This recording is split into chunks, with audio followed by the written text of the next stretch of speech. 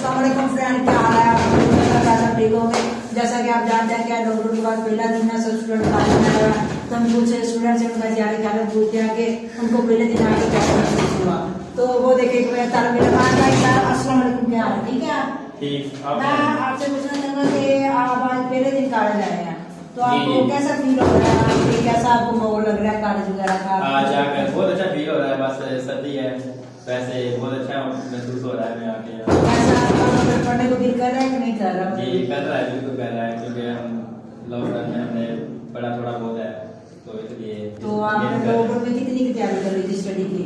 हमने काफी की है, अच्छी की है।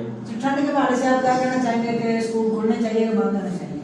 ठंड के हवाले से स्कूल टाइम वेट कर देना।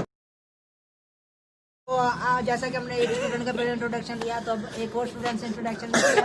एक्सक्यूज मी भाईजान, अस्सलाम वालेकुम, क्या नाम है आपका? कौन सी क्लास में पढ़ते हैं? आज आप पहले दिन कॉलेज आए, तो आपको कैसा फील हो रहा है कॉलेज?